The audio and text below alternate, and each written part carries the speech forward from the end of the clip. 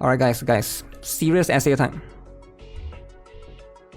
Major debate about gacha games EOS.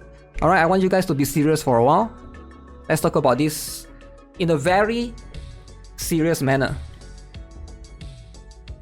Look at this essay, alright? Okay.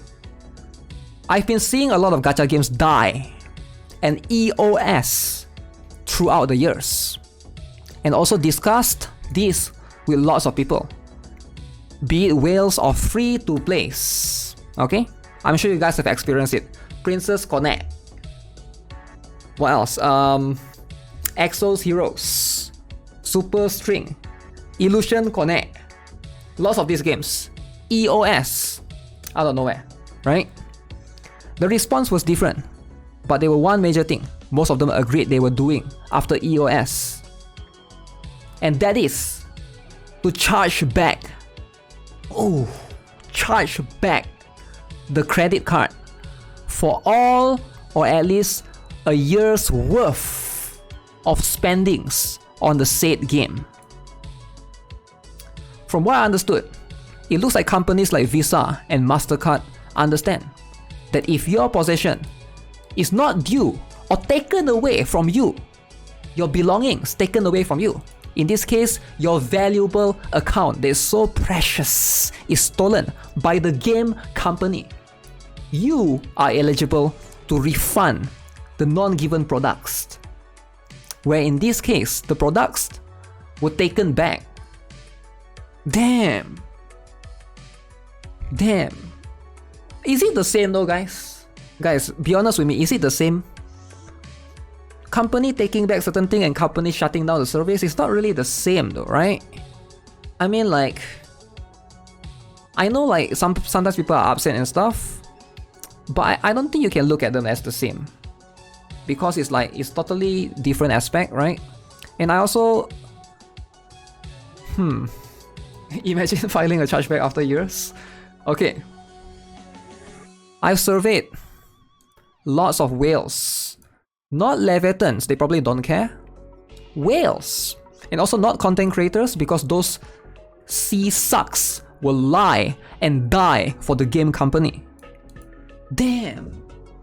Then why not content creators? Because they will lie and die for game companies like what? Nexon. Okay. Most told me they managed to at least charge back on average $5,000 to $10,000 worth of spendings, which unfortunately wasn't all of it, as they spend far more than a year, but card policies only allow retrieving from up to 1 year. Okay? So what are your thoughts on this matter? Would you take back your money if, let's say, you buy a car and in 2 months the car company tells you they're taking back your car without giving you back your money? This is a serious discussion. And it's also the case of what happened in China when World of Warcraft servers were removed. Okay, let's talk about this. So, when you buy a car, company takes back your car. That's different than a game though, right? The game is a service. So service is a bit different.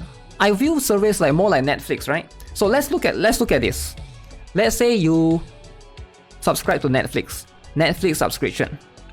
Logic, right? You have a Netflix subscription. So now you subscribe for 1 year. You use Netflix for 1 year. Every day you watch movies. You watch She-Hulk. You watch Velma. You watch Marvel Spider-Man. You watch Spider-Man 2. You watch Spider-Man 3. You watch Spider-Man 4. You watch Batman, whatever. 1 year later, Netflix EOS. Can you just take back your money? I mean, you already used their service. I don't think it's fair. So it's a bit different compared to like a car, where you are, right? You are basically something like, it's like a physical thing. It's hard to compare these two things, right? So I think games lie on something similar to what I said, right? In terms of like, you are using their service as entertainment, right? You're using their service as entertainment. So you pretty much, you play the game for 1 year, You enjoy the game for 1 year, right? You reroll, you pull the banners, you use the characters, you defeat other people using your characters in PvP, you destroy them. So you get that enjoyment, right? You get all the dopamine hit throughout in that 1 year, and then the game EOS. So I think, you know, you get your money's worth. That's 1 year's old. If you don't think it's worth your money, you shouldn't spend money in the game to begin with. That's how I look at things. That's my perspective. Again, some of you guys might disagree. I think that's fine. Maybe some of you guys have a perspective same like this guy who's writing this serious essay. Totally fine. But I think my perspective is like, because it's a service, right? It's in the EULA. They can only discontinue service at any time. You are giving them okay for that to happen when you press the OK button. That is true. I do agree with you, right? So there's one term that people always use. You don't really own the game, right? For this kind of games, usually when you buy the game, you don't really own the game. You own a license to play the game. Like you own a license to basically, you know, if you want to, you can basically play the game for 1 year. But at any point, if the game shut down, it's fine because you don't really own the game. It's a bit different than owning something like a car, right? That's why I think there's a lot of discussion. For example, like a very good perspective to look at, right, is Steam. I'm sure all of you guys use Steam to buy games, right? Some of you guys buy games from Steam. Let's say this is, I doubt this will ever happen. Let's say one day Steam shut down. Steam ends service. Let's say, alright, this will never happen. I doubt it will ever happen because Steam is so massive, right? Everyone is going to lose their games. And that's just how it is. I don't think you can just charge back. You buy the games on Steam. If it happens that Steam is as a service, you know, eventually just poof. I think that's just how it is, right? You could probably charge back, but I don't think like you are in the right? Because you own the game temporarily. You are able to enjoy it, right? This year, a lot of entitled almost pandemic or become yo chill, man. What do you mean entitled? They will give you the codes for download. What do you mean? This argument can be applied to physical things as well, or food.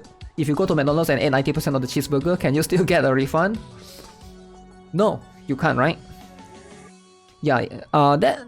So that's the thing. I don't think so, because the analogy that he used, this guy is using, is something like, would you take back your money if let's say you buy a car and in 2 months the car company tells you they are taking back their car without giving you back your money? So I don't think it's the same though. I don't think this analogy is the same, right? Because car is a physical product that you actually own. So it's a little bit different. People thinking they own the games when the access is held hostage through authorization. That's the thing, right? Owning physical products and owning games are very, very different. It's very, very different. So it's like owning a software, right? Software that you pay monthly for. You know, at any point if the company shut down, it is what it is. You can't just refund and say, oh, I'm in my rights to do so. So let's see. Let's see what people have to say, right? I'm just curious. Do people agree with him on Reddit? Or do people disagree with him? It depends. If the game just EOS without giving you any notice, then I might charge back. However, if the game already gave you a few months notice that the game will go EOS and you still choose to spend money on it, that's all on you. Okay? Most games do give notice, right? I do think so. This is why when physical copies of games go away, it's all in the company's hands how long you own a game. Nothing belongs to you in this world. I'm not sure about that. Like, at least for phones, you do own them when you buy them. In terms of surveys that no one reads, pretty much cover them if they shut down. I've surveyed lots of whales. Okay, where was this? Discord? Other Reddit subs? More information needed to take you serious? Data? Seriously? For a serious discussion. Did he say that? Oh yeah, I've surveyed lots of whales, not leviathans, they don't care. And not content creators, cause those sea sucks will lie and die for the game company. So he did say he surveyed lots of whales, and most have told him that they managed to charge back $5,000 to $10,000. But there's no proof of that, right? He's just saying that. Okay, I think it's fair for people to want to ask for some sort of data to back that up. Source, trust me bro. I'm sure the OP also used scientific sampling method and cleared his IRB. I look forward to the published results. Real scientist. His source is that he made the F up. Okay. I think even when the headline deals with serious, it will drop down to silly and deceptive analogies and mud slinging in under a dozen comments. Would you take back your money if, let's say, you buy a car? That escalated quickly. This comparison is completely wrong to sway readers into what you want to hear. The better question would be if the car company forced you to sign a contract that gave them the right to take back the car at any moment. Without giving you a refund, would you still sign it and buy the car, or just buy the car from a different company that doesn't have these rules? Because that's basically what whales are doing by agreeing to a games and user license agreement, or EULA, EULA, and the spending on it, even when DRM-free games still exist to this day. If you whale on a game and then get salty when it hits EOS, you are either getting salty about something that you knew would happen, or you have been so irresponsible with your money that you spent thousands of dollars on something without understanding the terms and conditions. In both cases, it is on you. Wow. That being said, if you know a game will hit EOS and still choose to spend on it, that's perfectly fine. Yeah, that's fine if you want to support the company or something, right? I spend money on gachas myself, and if the company randomly bans you for something that is not a TOS violation, then by all means, charge back as much as possible. I totally agree with this essay or this response right here, right? You can't free to play with the car. Yeah, I totally agree with that perspective, right? I am charging back, I don't know why, but it just feels dirty to do so. Because it's got a name, and it's called chargeback fraud. It's not going to be a criminal issue unless you're talking about tens of thousands, but it's basically stealing. Chargebacks through your bank exist for when you pay for something but you don't get it. A game ending doesn't change the fact that you got the currency, and that's what you're paying for, is the currency. If a gym closes down, you can't typically do a chargeback for your gym membership. I didn't know there's this thing called chargeback fraud. I guess people do abuse this, and this guy is trying to convince people. this so-called Reddit serious essay writer is trying to convince people that he's trying to charge back fraud and is doing justice. Because this stupid gacha company, EOS, and his money is gone. But he's trying to rationalize it. Alright, he don't want to be called a chargeback fraud. Right, it's a bit too much to call people a chargeback fraud. Losing Reddit points? What makes this a serious discussion? Holy, if you spend on a game and use the goods you purchase in said game, you should not be able to charge back. I agree with that. If said game takes your money and service before you are able to utilize the goods, or alters the goods or their worth before you can use them, then you should be eligible for a chargeback. Everything else is people treating their accounts like they are NFTs. I believe we all have a decent understanding that we do not actually own anything in these games. We only get to access them and use them on their server so long as it exists. And if you don't have that understanding, live service gacha games are not for you. There might be some wiggle room in this discussion if you were misled into continuing to spend when you otherwise wouldn't. DFFOO, I think Dissidia Final Fantasy Opera Omnia, for instance, a community manager confirmed they knew of the EOS months before it was announced, but they hyped up the game and the catch-up to simultaneous release, immediately proceeding to EOS. Ooh, that's kinda scummy. Perhaps a chargeback to the date the company internally noted the impending EOS would be justified. I've done chargebacks twice. For some reason, Review Starlight began to block my phone from accessing its cellular network, and I had to factory reset to be able to use my phone. This happened 3 times, and after only playing RS, no other games or apps. Since I was essentially blocked from using the goods I purchased, I did a refund. Grand Summoners advertised a 10-day login bonus that didn't exist in the game. Once customer service confirmed that I'd been misled, I requested a refund. Ooh. Yeah, refund and chargebacks are... I think that is fraud too. Same thing as chargeback. Huh.